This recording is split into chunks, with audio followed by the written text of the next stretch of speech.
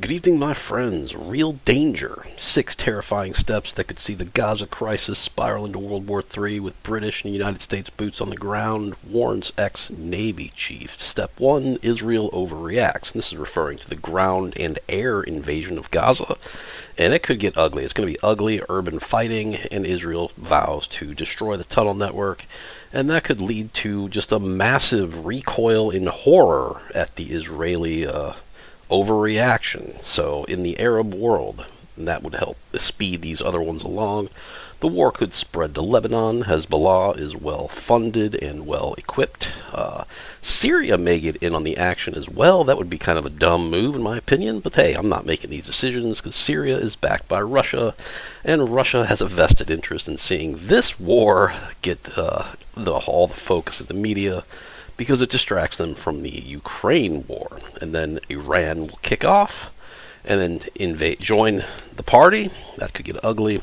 And the United States and the UK could enter the fight. The US has assets in the area now, and they've, I believe, engaged with some of the Houthi rebels who are basically fighting a civil war with Saudi Arabia, and they may be forced to join in. I believe one of the carriers in the Red Sea struck down some missiles and drones that were heading towards Israel from Yemen. Very curious. So we're not really going to cover much in this article, but Iran's Revolutionary Guard fanatics warns Israel will be eradicated after preemptive strike threat over the Gaza invasion. And the ground invasion could happen as soon as tonight. We shall see. Pay attention. And for fans of the movie War Games, there are several scenarios in the Whopper computer Iranian maneuver. And then we scroll down to Israel discretionary. Note, Israel is spelled wrong. Palestinian tactical. Interesting. Egypt misdirection. Don't discount Egypt's role in this as well. They could also see Israel destroyed as well.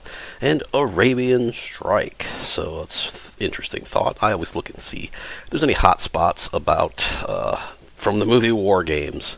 Hasn't aged well. Anyway, 100,000 protesters join pro-Palestinian march throughout London. Maybe you shouldn't have fucking invited all these losers to your country and given them free benefits, because this is what you're reaping here. And I'm sure the same shit's going on in Paris and Brussels and probably San Francisco. Hell, it might even be going on in New York City too. Stay out of cities, my friends. So, Ali London, a group of Palestinian supporters in London openly incite for Muslim countries to invade Israel.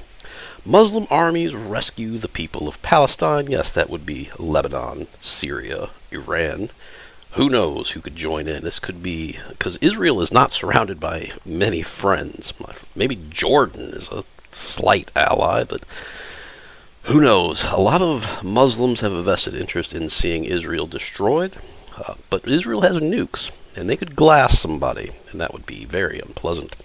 I don't have a side in this fight. I know I've been bashed as an anti-Semite. I've been bashed as Islamophobic. I'm neutral. I do not want to see the United States get involved in any of this. Israel should be able to take care of itself. So, of course, Israel is also propagandizing. Israel says it found Hamas files with instructions for making a cyanide-based weapon. Are we back in 2003 again? No, quit trying to play the same cards, my friends. In other news, China deploys 6 warships to the Middle East over fears Israel crisis could spark World War III. This is dailyexpress.us, theexpress.com. Yeah, that's not good. The Chinese military has deployed its 44th Naval Escort Task Force to the Middle East amid rising tensions in Israel. Note, they are probably not going to be on the side of Israel. So, I believe China and Iran, the Persian Empire, are cozying up to each other with Russia, because I would think they want to see the United States knocked down a peg, and especially the Muslim world wants to see Israel wiped off the face of the map. And people have conjectured that they're this whole play is to take the actual elite Khazarians that live in Israel and relocate them to Ukraine, which is basically modern Khazaria, very weird. It's a little off in the. It's a little in the bushes for me, but you never know. Stranger things have happened in history, my friends, and this is one of those weeks that decades could happen. So let's stay frosty, my friends. Pay attention. Keep your head on a swivel, especially when you're out in public. Avoid large gatherings too. Another piece of advice. Putin sends jets with hypersonic missiles to patrol the Black Sea. Yes, my friends, Russia has hypersonic missiles, and the United States aircraft carriers in the Mediterranean Sea are in range. Putin mentioned it. He's not saying it's a threat, but he's just letting you know. So patrols are giving visual control of the Mediterranean, Putin said. And Putin said he discussed the Middle East, Ukraine with Chairman Xi in China. So he's ordered fighter jets armed with hypersonic missiles to begin round-the-clock patrols over the Black Sea. They are combat-ready, ratcheting up tensions with the U.S. amid the war in Ukraine and the spiraling crisis in the Middle East between Israel and Hamas. This is very reminiscent of World War I, my friends, the build-up.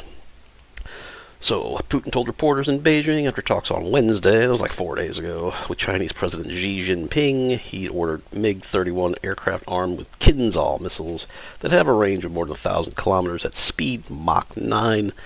Allegedly, Ukrainians have shot down one of these. Allegedly. Again, I do not believe anything in the war propaganda, the fog of war. So Vladimir Putin said it's not a threat. Of course not. But we will exercise visual control with weapons over what is happening in the Mediterranean Sea. The United States has moved 2 aviation groups, you mean Carrier Strike Group Bloomberg, archived of course because fuck you, in the response to the Israel-Hamas war. And these two carrier strike groups have about between, 9 and 12,000 sailors, marines, and airmen aboard.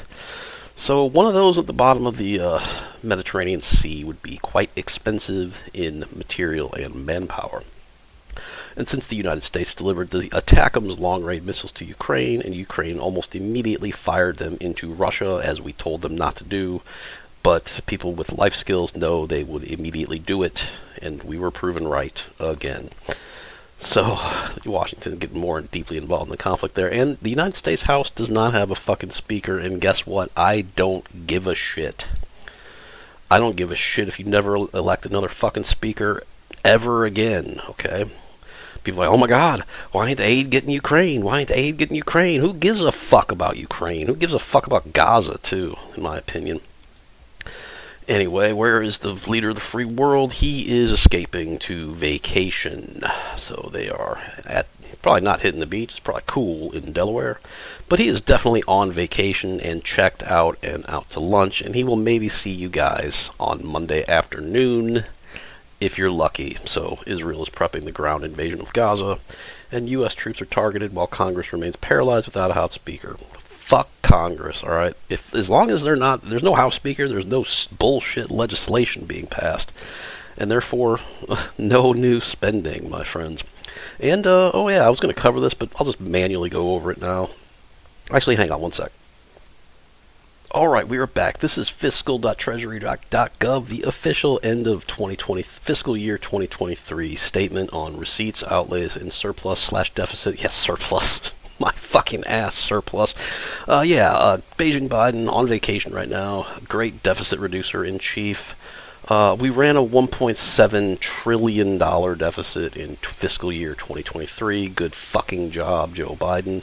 And if you look at receipts for fiscal year 2022, 4.9, really close to 4.9 trillion dollars. 4.9 trillion. So, and then year-to-date 2023, fiscal year 2023 ended September 30th, 4.4 trillion. So last time I did my math, that's about a shortfall of about $460 billion, my friends. That means the economy is slowing, and the United States is not collecting as many tax dollars, if you will.